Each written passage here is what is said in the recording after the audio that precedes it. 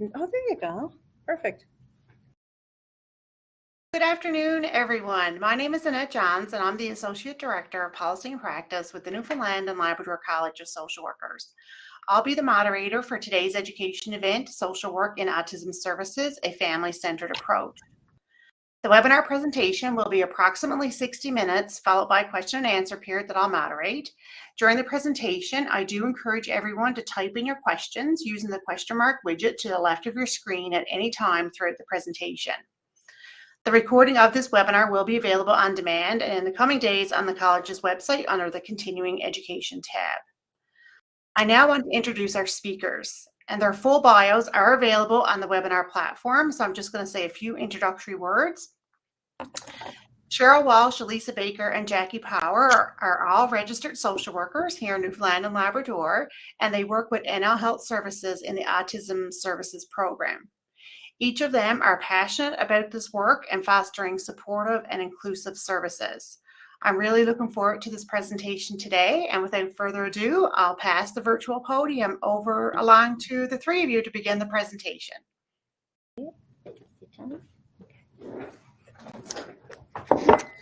Hi, good day. I'm Jackie. And Lisa. Hi. And I'm Cheryl. Hi, sorry, we apologize. The computer's fixed, so we're going to be moving in and out of vision, I guess. Like I said, we wanted to get together today, talk about autism services, talk about our role within autism services and our family-centered approach. So I wanted to just quickly look at the agenda. We're just going to look very quickly at what is autism services and PASS, social work roles, family-centered approach, and of course, any questions or comments afterwards. I wanted to get a sense of where the audience is. Just a quick poll. How familiar are you guys with autism and autism services? Very familiar, somewhat familiar, or not very familiar? Let's give it a couple of seconds there.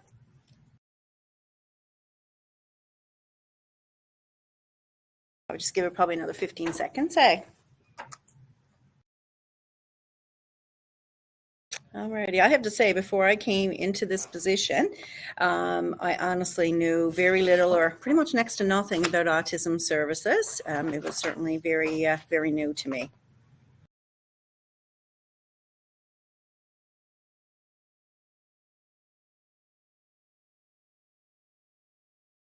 I'm not seeing the results.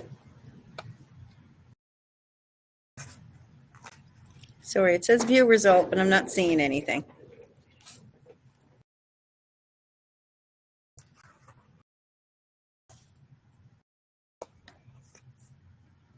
There we go. Give it another couple of seconds.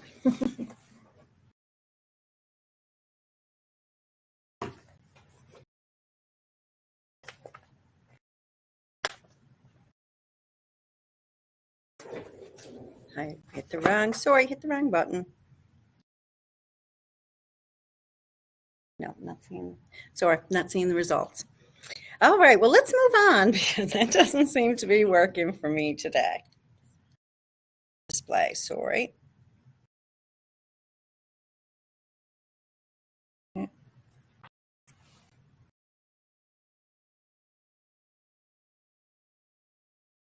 Oh, there we go. All right. Awesome. Thank you. So we have 13% that are very familiar, 63% somewhat familiar, great, and 22% not very familiar. Good stuff. So we're in the right place. All righty. All right, so a little bit about autism spectrum disorder. Basically, of course, it's a neurodevelopmental condition that can include differences in speech, non-speaking communication, social interactions, and sensory experiences. And it's really a constellation of symptoms. Of course, every child is different. Every child with autism is different. Here in Newfoundland, around 1 in 54, 1 in 57 children are diagnosed with autism. That's from 2018. I dare say that number's probably gone up a little bit more since then. The exact cause of autism, of course, is unknown. Certainly genetics and environment likely play a role. Its exact cause still remains unknown. Research, of course, is ongoing. And they talk about a spectrum disorder. Certainly that the impact of autism varies significantly from person to person, certainly not linear. Every person with autism would have a very wide range of strengths, abilities, and needs. There's a higher incidence in males, actually 4 to 1, and males are significantly higher diagnosed than females. Used to be that was the accepted. Males just, it affects males more, but in recent years, certainly, we look at the effects in research around diagnostic bias, looking at that females really are often misdiagnosed or underdiagnosed. Autism certainly looks different in girls, and certainly oftentimes much of the literature will say that they actually mask better as well. Some of the behaviors that are typically associated with autism appear very different in girls. One mom, for example, gave the instance of her daughter used to twirl her hair constantly as a stimming behavior, but it wasn't recognized as such because, of course, playing with your hair is kind of socially accepted, so it wasn't recognized. Some experts in the field are actually calling for a different cutoff, different assessment cutoffs for females to make sure that their needs are represented. Of course, there's no blood test or medical test to diagnose autism. It's diagnosed based on careful observation of behavior, a history of development, information from parents and other people significant in the child's lives. Physicians or psychologists can diagnose based on the DSM-5, or they can diagnose based on the ADAS. As we all know, there's a lengthy wait time for diagnosis in our province at this time. Basically, what it comes down to is people show persistent deficits in social communication and social skills, communication, and repetitive and restrictive behaviors. Certainly a big paradigm shift that is occurring now is certainly the drive and the focus on neurodiversity. Neurodiversity just really means, the differences in how our brains work are a natural part of human diversity. It depathologizes autism and other neurological issues. Just like gender or race, the issue of diversity is no different. It's just that people with autism experience and interact with the world around them in many different ways. There's no right or wrong way of thinking, and differences are viewed as deficits, not disabilities.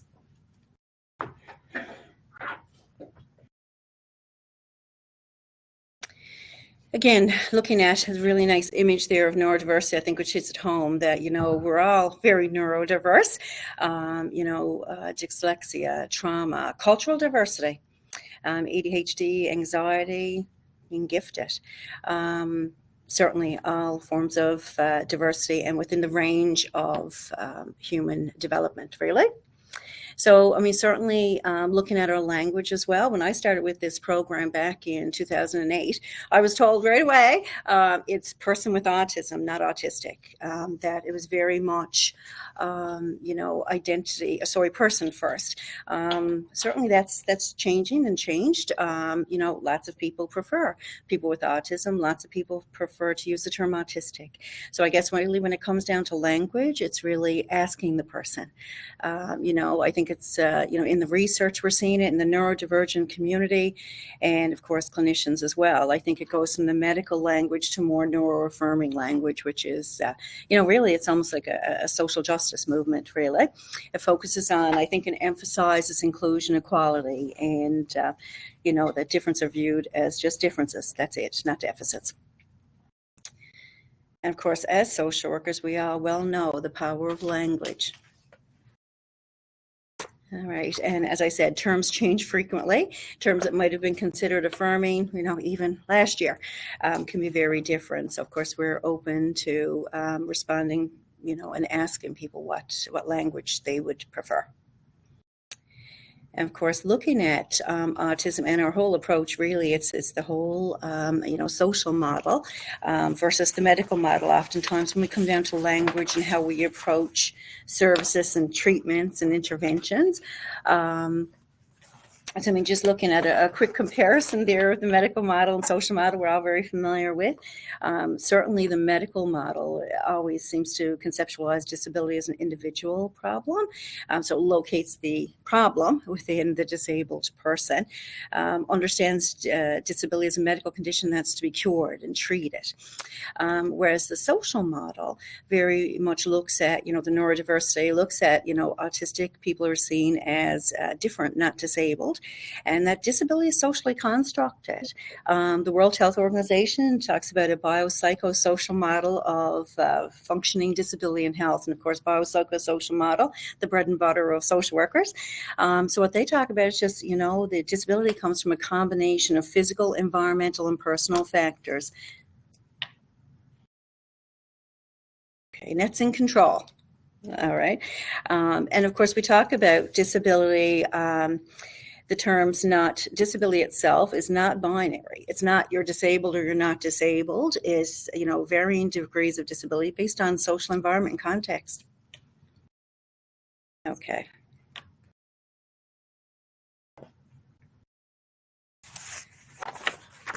Alrighty, so just a real quick note on PASS, the Provincial Autism Services and Supports. So really, I guess we're kind of in between. PASS is certainly a commitment that the government made. The Provincial Autism Action Plan, 2019-2022, identified 46 short, medium, and long-term actions, 6 focus areas focusing really just on improving the lives and individuals and families living with autism, improving services. Services can include ASD diagnostics, Jasper, speech therapy, OT, children's friendship training, peers, and us, of course, here at ABA. There's a link there to the government website, and they have a really nice breakdown of the different action plans and where we are today with that. Okay, so I'm going to pass it over to Lisa, and Lisa is going to talk about our current autism services program as of today. I'll step out, Lisa. A little bit of moving around here for a second. Lisa, this Yep. this is Annette here. The Yep. slides were transitioning, so I don't know if that was something that may have been a technical issue on your end. So I can certainly transition the slides for you. Oh, sure. If you don't mind, Annette, and I can just tell you, go to the next slide if you want me to.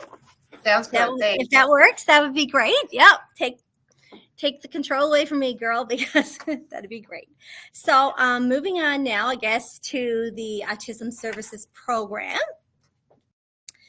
which is where Cheryl, Jackie, and I work. So we are a part of the Children's and Women's Health Program at the Janeway through NL Health Services. Applied behavior analysis is an evidence-based best practices approach to early intervention for children with ASD. And of course, it focuses on communication, social skills, and behavior. ABA therapy is designed to improve current skills, teach new skills, and of course, decrease challenging behavior that, the family decides that they would like to. All learning is activity and play-based, of course, and it focuses on the core characteristics of autism, as we indicated above. Learning is certainly individualized for each person, and parents are the primary and most influential teachers of their children. Intervention services focuses then on enhancing parental skills and efficacy. If you want to move on to the next page, Annette. So what are the goals, I guess, of the Autism Services Program? So for the primary goals, of course, of the overall program is to work with families and enhance knowledge of the child's strengths and needs related to the child's developmental delay or diagnosis. And it's to share information on availability and utilization of community resources. So, of course, our program goes up to the end of grade 3. So we want families to be able to navigate systems and be able to utilize other community resources once our program ends. And one of, I guess, the primary goals of our service is to work with families to strengthen their parental skills. Because, of course, when we're out of the picture, parents are still going to be parents for a long time. So we want them to be able to effectively provide parenting to their child for a lifetime, or however long the child may need that. And of course, we work in partnership with families so that children can reach their fullest potential in all developmental areas. So as you can see there, our primary focus of our program is to actually work with parents. So if you want to move on to the next slide, Annette. So who's eligible for our program? So the first thing is that a child needs to have a diagnosis of autism. And usually the diagnosis of autism comes from a pediatrician, psychologist, or a psychiatrist. We receive referrals from all over the world, actually, from autism, from the Janeway to many parts of the world. And as long as they meet our criteria, we will gladly provide services to a family if they want our services, of course. We go up to grade 4 entry, and we are not means tested. Our programs are provided to families without a financial assessment. So anyone in the province can avail of autism services without having to worry about finances and how much it's going to cost them to provide services to their child. All our programs, of course, are based on developmental assessments, which determine which interventions that we put in place and how long the services are deemed to be necessary. We are a completely voluntary program, so parents, once they're referred to us, we will go out if they want us to at the beginning and talk about our services and programs, but it's certainly a voluntary program, and parents get to decide how long they want to stay with us. And Jackie just talked about the past program, so I really don't need to get into that again right now. So we'll move on to the next slide, Annette. Thanks. So within our Autism Services program, we service a very, very large area. We, myself and Jackie, we are the urban social workers. So we cover from St. Jacques to Repassi, I guess, all the way to Pooch Cove and out to Seal Cove. So we cover that area, and Cheryl will cover from Holyrood to the Burin Peninsulas to the Bonavitch Peninsulas all the way out to Clarenville. So she pretty much covers that entire area, right out to the park, actually. So she covers a vast area. So needless to say, she tries to do a lot of her assessments and visits through Zoom, if at all possible. So I guess COVID had something good to come of it after all. So we have about 60 child management specialists. So you'll hear me refer to them as CMSs throughout the rest of the presentation. So our child management specialists certainly have, most of them, they would have a degree in psychology. Most have master's degrees, and they would also be trained in the current advances when it comes to behavior analysis and providing research-based interventions to children. We also have 6 clinical leads, 2 in rural and 4 in St. John's, and their primary role is to provide guidance, direction, and supervision to our CMSs, and they also provide training and education and things like that as well. We have 2 psychologists, and their primary role is to diagnose autism. And we have, of course, our 3 social workers and admin staff that we wouldn't be able to do without, and our wonderful program manager, Jan Yanguera. I don't think she's working, but she is a wonderful manager, just in case she is. So how does our intake process work? Well, first, of course, you need to have a diagnosis of autism. So any child that's diagnosed within the Janeway or within the rural Avalon would be sent to myself, Jackie, or Cheryl. And upon receipt of the referral, we review it and make sure that it meets the eligibility criteria.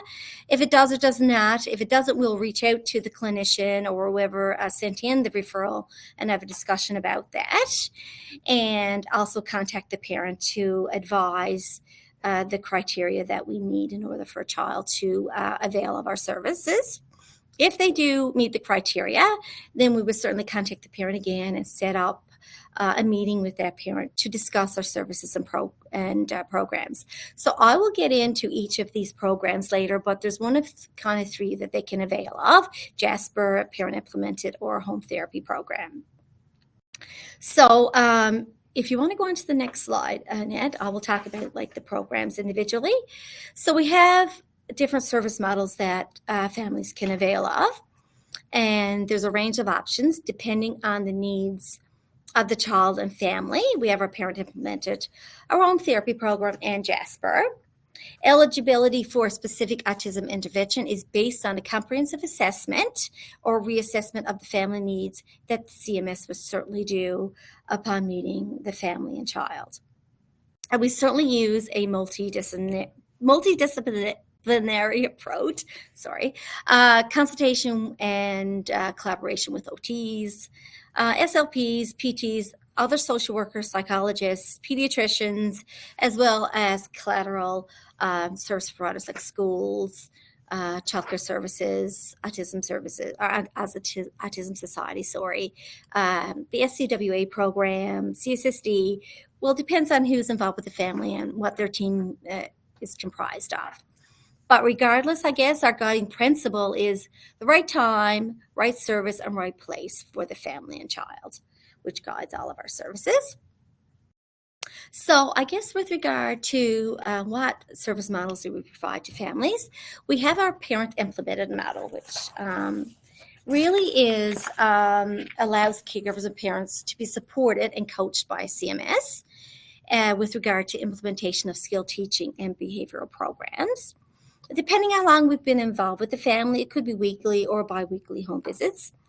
And again, skill teaching and behavioral programs provided to the parent, and the CMS will go in and provide constructive feedback to help enhance the parent's skill teaching. For example, like if a child is having difficulty sleeping, and we know sleep-deprived parents, how challenging that can be. So the CMS may help put a service in place that addresses sleep. It could be toileting, self-care. It could be things like behavioral things like the child's head banging and those sorts of behaviors that are very concerning to parents. And of course, there's collection of data around that and assessment before a service is put in place. And it could be something as, wanting a child to be engaged in the community more or attend a birthday party. Whatever kind of helps enhance that child's life is certainly what the CMS will help work on, providing clear language and communication to help the child's development. So that's kind of a little synopsis of our parent implemented ABA program.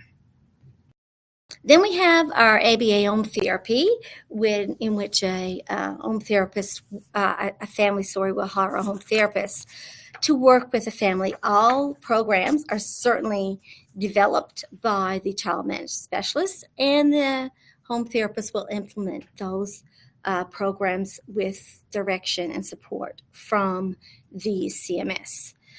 We provide all funding, like I said, as well, to the family, so it doesn't cost the family anything to avail of this program, and the parents are the employer.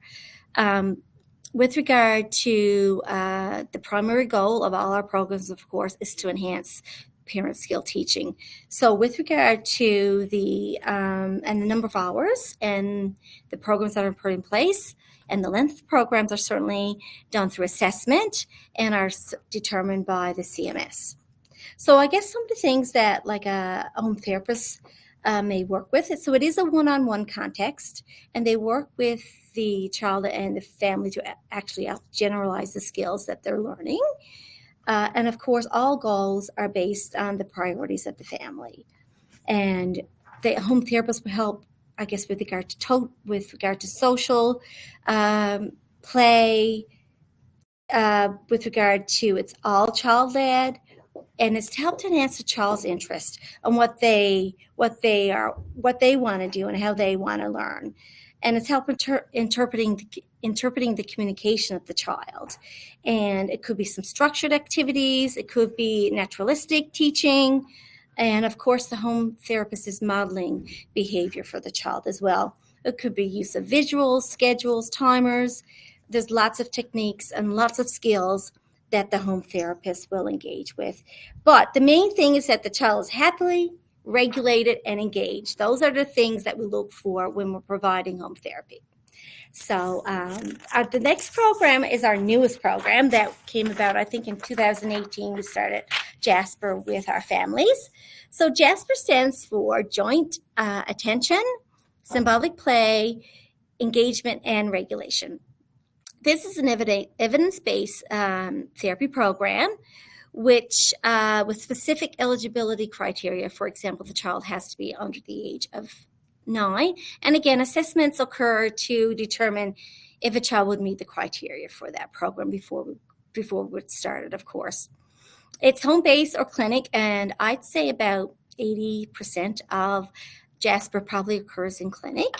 And sessions can be up to 60 minutes, depending on, of course, the child's engagement, developmental level, readiness, happiness. All those sorts of things are taken into consideration when the clinician is providing JASPER.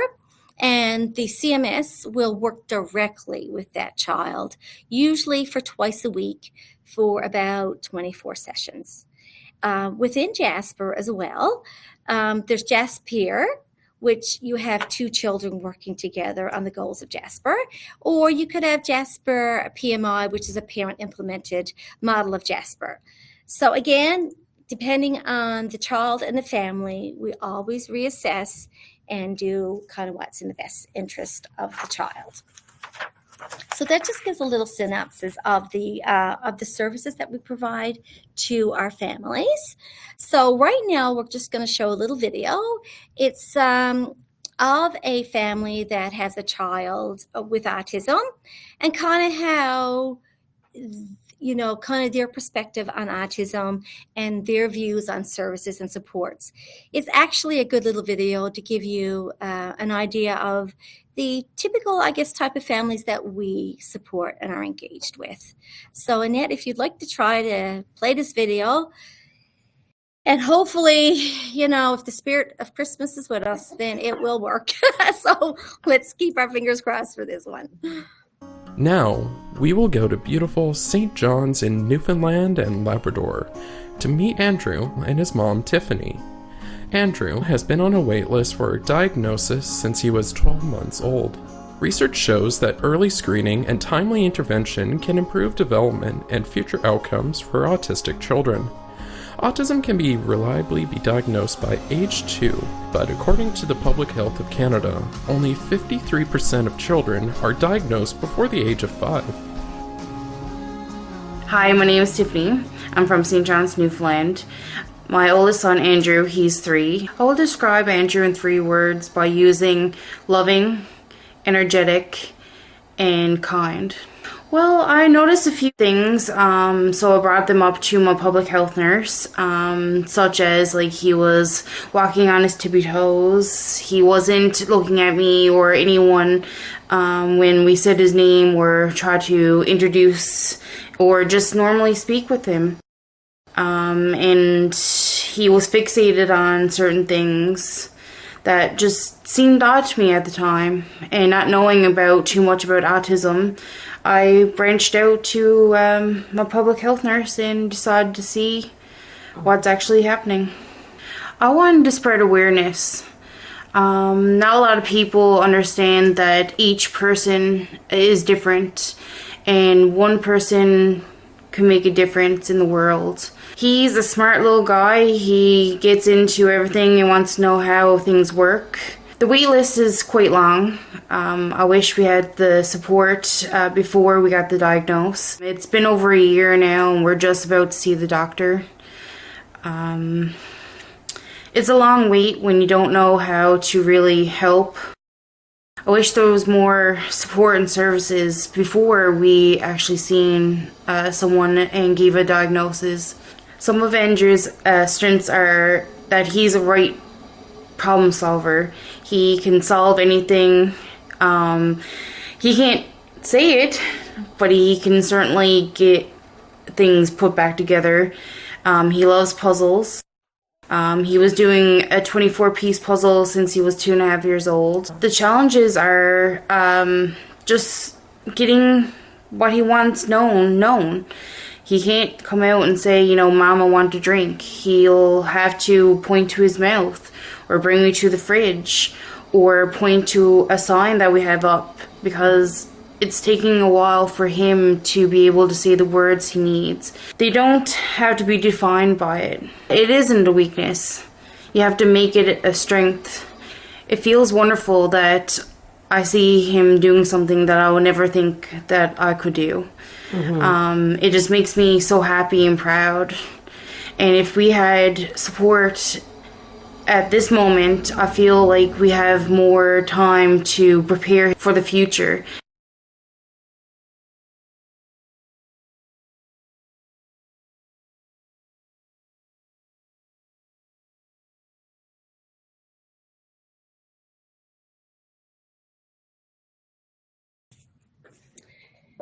Okay, so that was a really nice video that covered a lot. That mom captured so much of what, I guess, when we meet with families for the first time.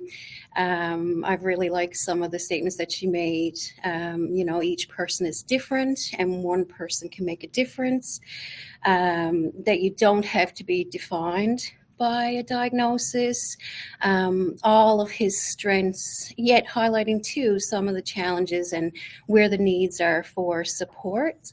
And you can certainly get a sense of, what this parent wishes for her child.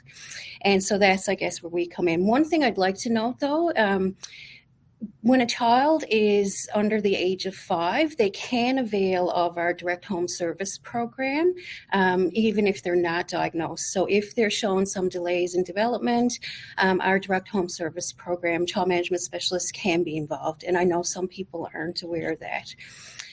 So when we meet with families for the first time, again, following a diagnosis, oftentimes their experiences are similar. They've heard about supports and services under autism services. They want intervention for their child. They need to know what's next. What does this mean for our child? And sometimes they've waited for 26 months, so over 2 years, to get the diagnosis.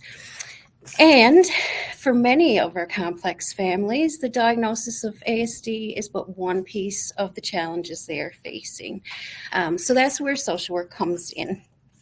So now we can go to the next one. Okay, perfect. As social workers, we know there is a multidimensional model of caregiver stress and coping. The characteristics of the caregiver, the recipient of care, their shared history, and the social, economic, and cultural context within which they find themselves combine to create an infinite variety of circumstances from which stress may both originate and be managed. So if we want to think about all the social determinants of health, what personal resources do families have? What is their capacity to manage themselves, their children, and the additional needs sometimes that children have? Do they have parenting skills that are needed in this moment? Have they slept in the past 2 years? Because we do have families who really struggle. Is their child eating? The pressure around food is phenomenal for families. Do they have housing? Do they have a mental health diagnosis? Have they themselves experienced trauma? And while we don't need to know, what trauma they experience, we need to be trauma informed and practice from that aspect. And our CMSs are trained as well. Do they have supports and childcare? What do they need to avail of our program?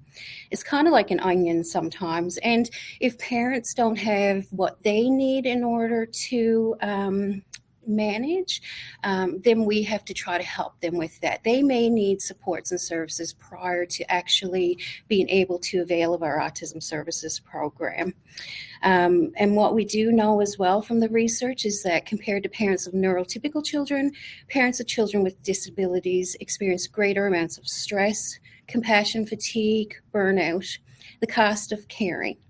a normal response to challenging and overwhelming situations experienced by those who care for others, including professional helpers, volunteers, and family members. Again, if you think about being exhausted, if you haven't slept, you're probably trying to get your child to eat and forget to feed yourself, how all of that can impact. Increased incidence of physical health difficulties, anxiety, and depression. Again, wondering about, who's caring for your child. If your child isn't able to tell you, what their experience is, and maybe they've had a prior diagnosis of depression. So then how many layers are these parents experiencing at the time when we meet them? And I guess that's our role, is asking, what do you need? Because they're all focused on their kids, and sometimes, everybody puts their kids first, but we always use the analogy of being on a plane. And so when the oxygen mask drops down, if you don't put it on yourself first, then you're not going to be good to anyone else sitting beside you. Stigma, and it's really easy to say, stigma associated with invisible disabilities. Parents receive frequent criticism, unsolicited judgment and advice, social and community isolation, financial stressors, and increased stress associated with frequent interactions with systems of care, medical, early intervention, and school systems. And if you think about, we have some very well-meaning people in our lives sometimes who tell you how it should be, what you're supposed to do, but they don't always understand the characteristics of children with autism. So what might work for one child doesn't necessarily work with another. And so it is providing that support. I know I've had families say, they were in the grocery store, they were in Walmart, and their child had a meltdown. And so they were letting them work it out, and they were getting looks from people around them. So families struggle with not only sometimes not knowing how to parent your child or what your child needs, but then the worry about what other people think. So that can be really difficult. So helping provide support around that, and, doing the linkages for other services that they might need. All right, next slide, please, Annette. So we start where the family is. You sometimes might have the resources within you, but you might not be able to tap into them at the time. Why isn't the family following through? We have families who they have consented to referral to the program, but you might set up appointments, they might not show up. Sometimes people are processing the diagnosis, or it might not be what they want, or they might have some misinformation about our program, and we don't get to see them right away. Or within the program, they might slow down and something might come up for them. So then we have a conversation with them to say, what's happening for you right now? Is there a reason? Is there something that has happened that, we need to pause, or we need to reflect? What else do you need? So in addition to the aspects of social determinants of health, where are they in terms of stages of change, grief, and loss? What are your expectations when you're in a relationship? What do you think about when you're pregnant? What is it that what's your experiences after your child is born? For some reason, I think we all have this idea that everything goes in a straight line. We think about what things are going to be like when. And when that doesn't happen, we have to kind of reset. I've often said, we're like a GPS. We need to make a U-turn, or, try to re-navigate, and there's all squiggly lines everywhere. And it's the same thing with our families of children with autism. And so all those feelings that come about could be different for everybody. But sometimes people might experience the same kind of feelings as they would for grief and loss, because their expectations are not what they thought. And so again, our guiding principle is right service, right time, right place. Are we what people need right now? If parents are well supported and doing well, then the child will do well, and interventions will go well. And next slide, please.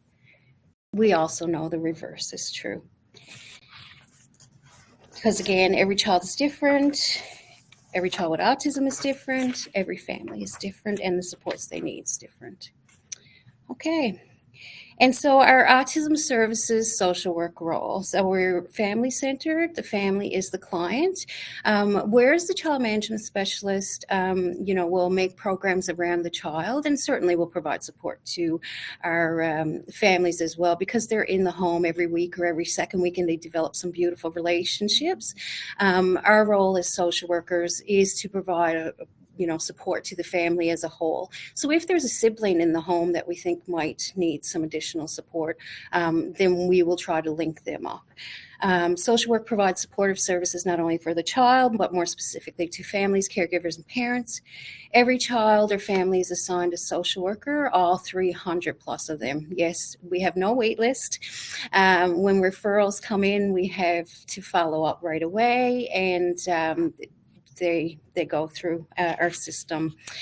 Every family is different, so the frequency, extent, and nature of the social worker's involvement will vary accordingly.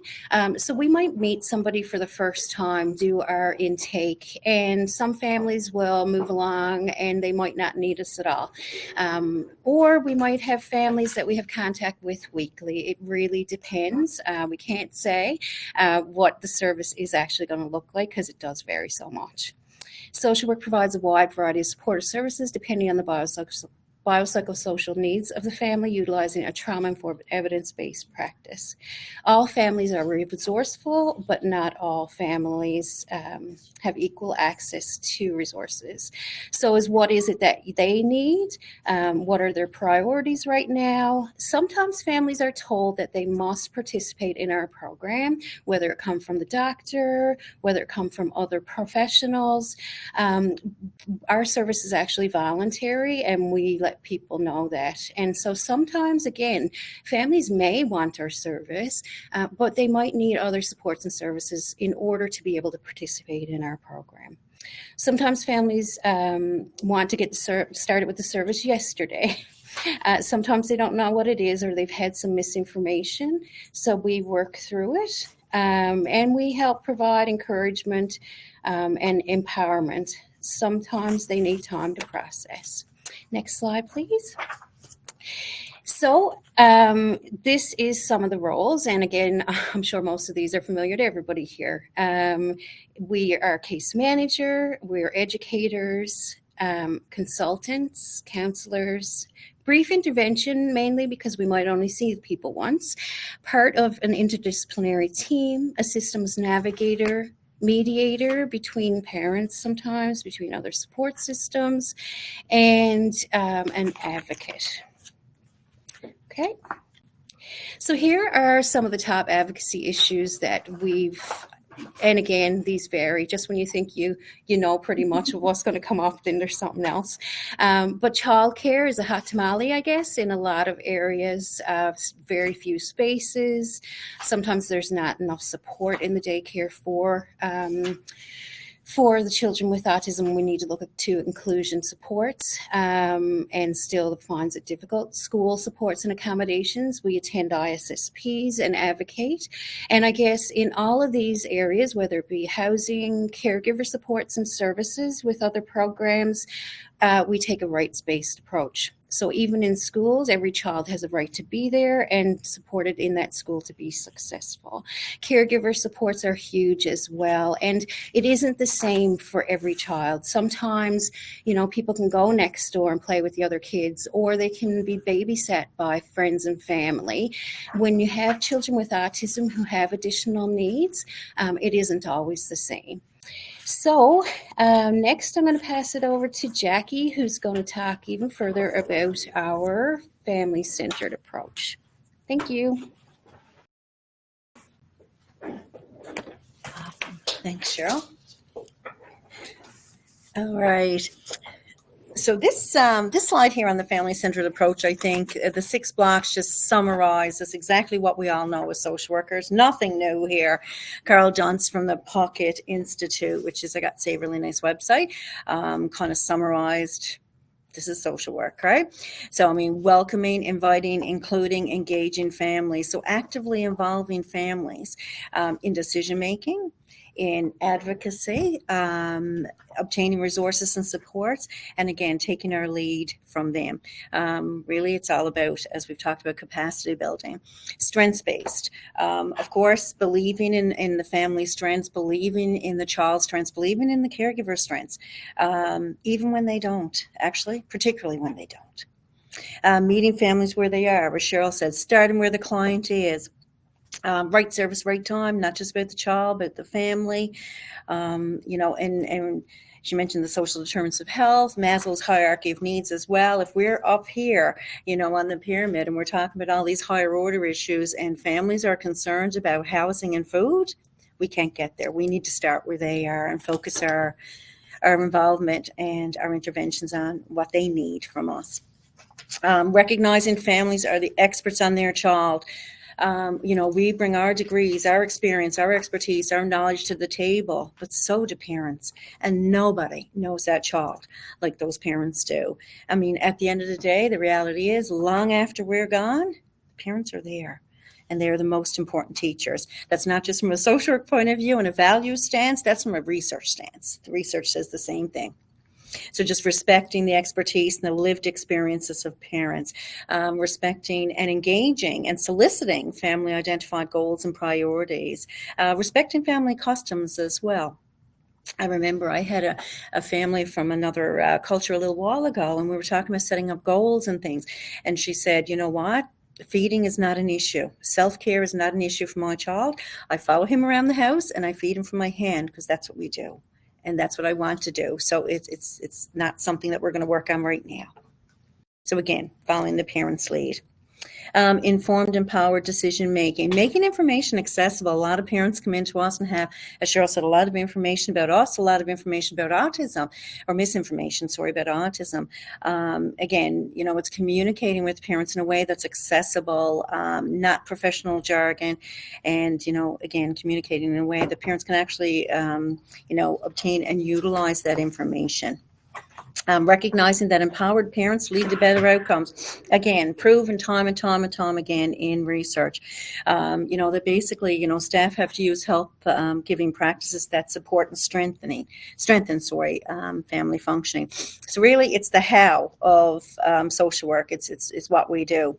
It's about how social workers should interact with and treat families who they are serving. Next slide, Annette, please. So family-centered practice. The term family-centered, of course, was first used in social work and medicine way back in 1950s to refer to a type of client-centered approach to improving patient and family outcomes. Bronfenbrenner, of course, from our ecological systems theory guy, used the term back in 1974, used the term family-centered practice to call for a shift from a child-centered focus in early intervention to a family-centered one.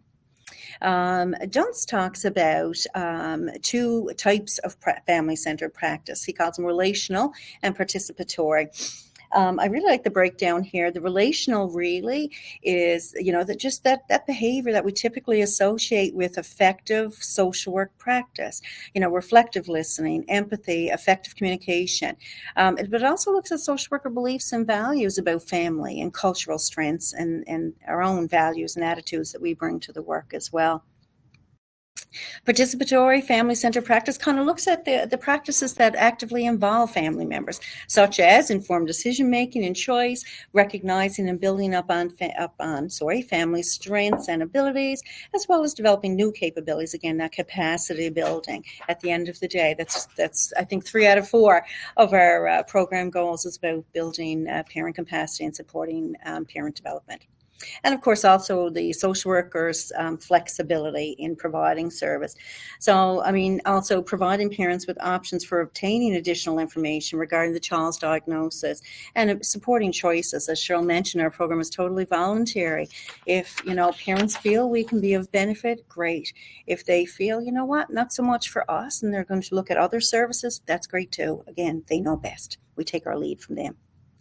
So, of course, parents are partners, parents are the experts, and reiterate again, the consistent adults in the child's life have the greatest influence on learning and development, not interventionists and not social workers. It's the parents. Again, a growing body of evidence demonstrates that developing partnerships with clients and families are linked to improved health outcomes. So, I mean, this is evidence-based, research-based social work practice. So basically, I mean, just that the supports build on the strengths and reduce stressors so families are able to engage with their children in mutually enjoyable interactions and activities. And we call it naturalistic intervention.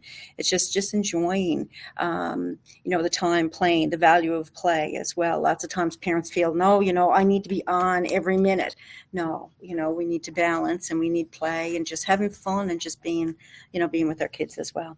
Just to note as well, of course, our definition of parents is purposely broad. So is our definition of family, of course, and that can include godparents, grandparents, aunts, uncles, foster parents, whoever's involved as caregivers that move this family forward, and whoever's involved as family, and how that family defines their family. Next slide, please. So again, goal of empowerment and efficacy. As Bandura said, parental efficacy, just parents' perceived confidence in their ability to raise their child successfully, building their skills, and building that confidence and believing in them. And respecting their goals as well, and what, when we're determining, focuses of intervention or goals or services that, they're leading the way and that we're working with them to build their skills in navigating the system as well at the end of the day. All right, so the next slide, Annette, please. This is a beautiful, beautiful video.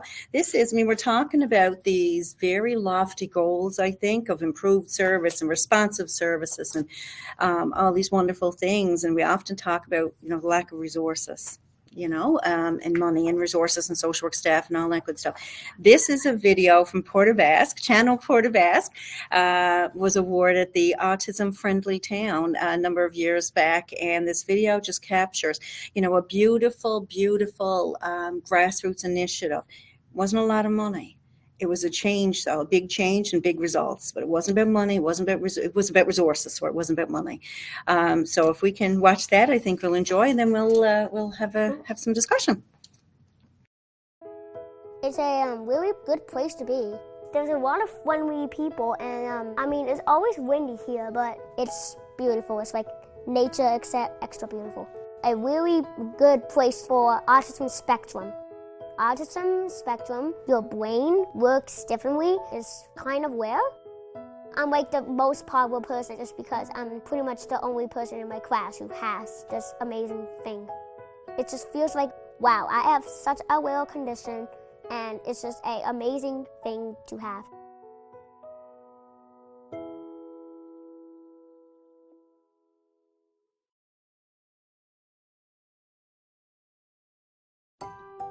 My son, he was diagnosed with autism. His social skills, I found, is a lot better since we moved down here. I guess it's just an awesome place for kids with autism. The town of Channel Port aux Basques seems to have really adopted autism spectrum disorder and are out there to do anything that they can to make this to be a friendlier place. Our town is wonderful. They are very interested in helping wherever they can. So it's quite special. I realize that it's quite special. I've gone to the town several times and said, can we? Are we able to? Their response is never, well, we can't do this because. It's always, well, let's find a way to do it. It's been absolutely amazing. We do have some high statistics of autism in our town. So if we have it, we got to help and got to support it. There is no question if we would support it, is what can we do?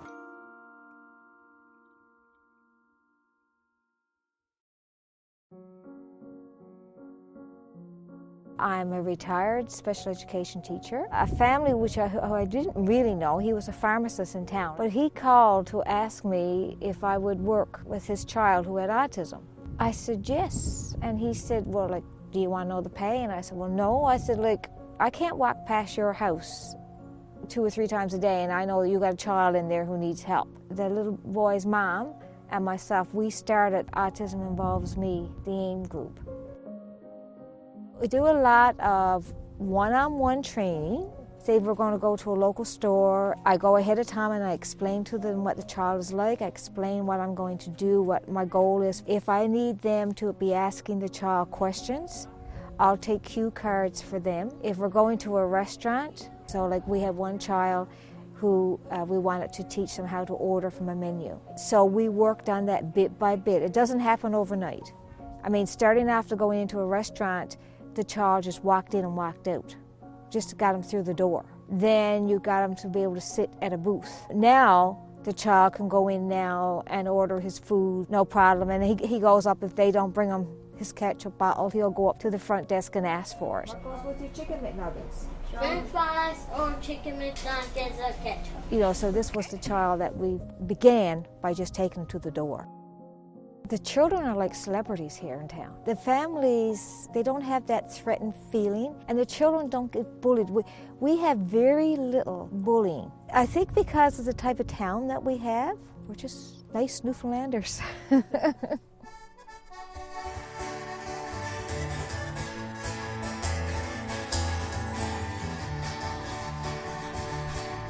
My name is Kathy Lomond, and I have lived in Channel Portavass all of my life, and I have owned and operated Hotel Portavass for the last 18 years. I was approached by some of the members of our local organization, AIM. Their concerns was the difficulty of traveling with a child that had the autism spectrum disorder. We adapted some of our rooms so that everything was secured in the room, and we have child lock resistance on the drawers. They don't like abrupt changes, like taking them out of their bedroom and putting them in another strange bedroom. So we have a slideshow that we can send to the parent and show them this is what the hotel looks like, this is the front entrance, this is the hallway going down to the restaurant, this is the bedroom. And Newfoundland and Labrador Autism Society did come in and do sensitivity training with all of my frontline workers, the front desk clerks and the servers in the dining room. We have a picture menu now. We have to have the same place that's on the menu so they can identify with it. If we need to put them in the private room and we have one available, we certainly will. But I mean, if we can go in and we know that your child is autistic, we can adapt to your needs in any way. Oh my god, the flies are amazing. It's like my top 5 best flies, and I had a lot of flies in my whole entire life. When I mean I had a lot of flies, I mean I had a lot of flies. And flies are my favorite meal in general. Whenever my mom says restaurant and we go in a restaurant, I'm just like, woo, we're going to a restaurant. Yes. Yes, finally. It's just amazing to have restaurants in life. Joan told me that one of the things that's so nice to have is a calming sensory room. We had an unutilized staff exercise room. I showed her the room and she said, we can make it work. The first time that Isaac went into the sensory room, he was highly agitated. As he spent some time in the room, you could see his curiosity, you know, kind of overpowering that anxiety. And then he went to the crow's nest. When he got in there, you could see the anxiety just kind of flow out of him, and he completely changed his behavior. And all of a sudden, he started to open up. He started to talk about an experience at school that he had never talked about before. It was a pretty powerful moment. I found it to be very powerful. The sensory room, I just love it. It has this like chill thing, and you go in it, it just feels like you're a cocoon that's just squeezing in and turning into a butterfly. I wanted Isaac to participate in our summer sports program. He has sensory issues, and they change from time to time. Sometimes he's sensitive to loud noises, and other times it doesn't seem to bother him. His peers were attending, and he really wanted to go. So I met with them and told them a little bit about Isaac. Most of them were familiar with him because it's a small town. And they said, yeah, I think we can make this work. It was hugely beneficial for us as a family and for his social development. We asked the parents, would they come in and talk with our counselors on an individual basis? Because every single child with autism is different. Having our counselors recognize that the children having a meltdown wasn't a behavior issue. They had no control over it. They know to go to Kara and say, I need a break. Isaac does pretty well on his own, but when he does need me, I have this walkie-talkie so they can call me, and I'll just come out and I'll sit with them for a little bit. We'll go somewhere quiet. It's important for all kids, really, to get out there and get involved, but it's important for kids with autism because they're just like normal kids, and they shouldn't have to be excluded from things. Joan spoke with us about some sort of fitness activities for the kids. So the town of Portavass agreed to allow them to use the back of our gym. The equipment could be used by the children who are on the spectrum, but also by our preschool age children. Some of the equipment is sensory equipment. We have a squeeze machine, 2 big tubes, and the kids can actually roll through it. For some of them, that's a real calming sensation. It's been an incredible partnership right from the get-go.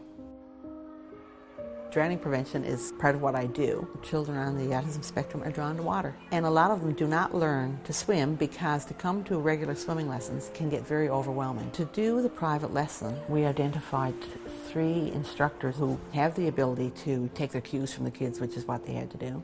We get to know the kids and we get to know what they can do, and then the next lesson is just trying to get further than they already were last time. Once you get to know them and figure out what works with them, it's not that difficult to teach them. Every child should have the right to play. I'm grandma, and the thought of either one of my granddaughters being eliminated or excluded from activities because of something they have no control over, it really upsets me. If you go down, you can see the smiles on some of the faces of the children who for a long time were excluded or on the outside looking in. It's all worthwhile.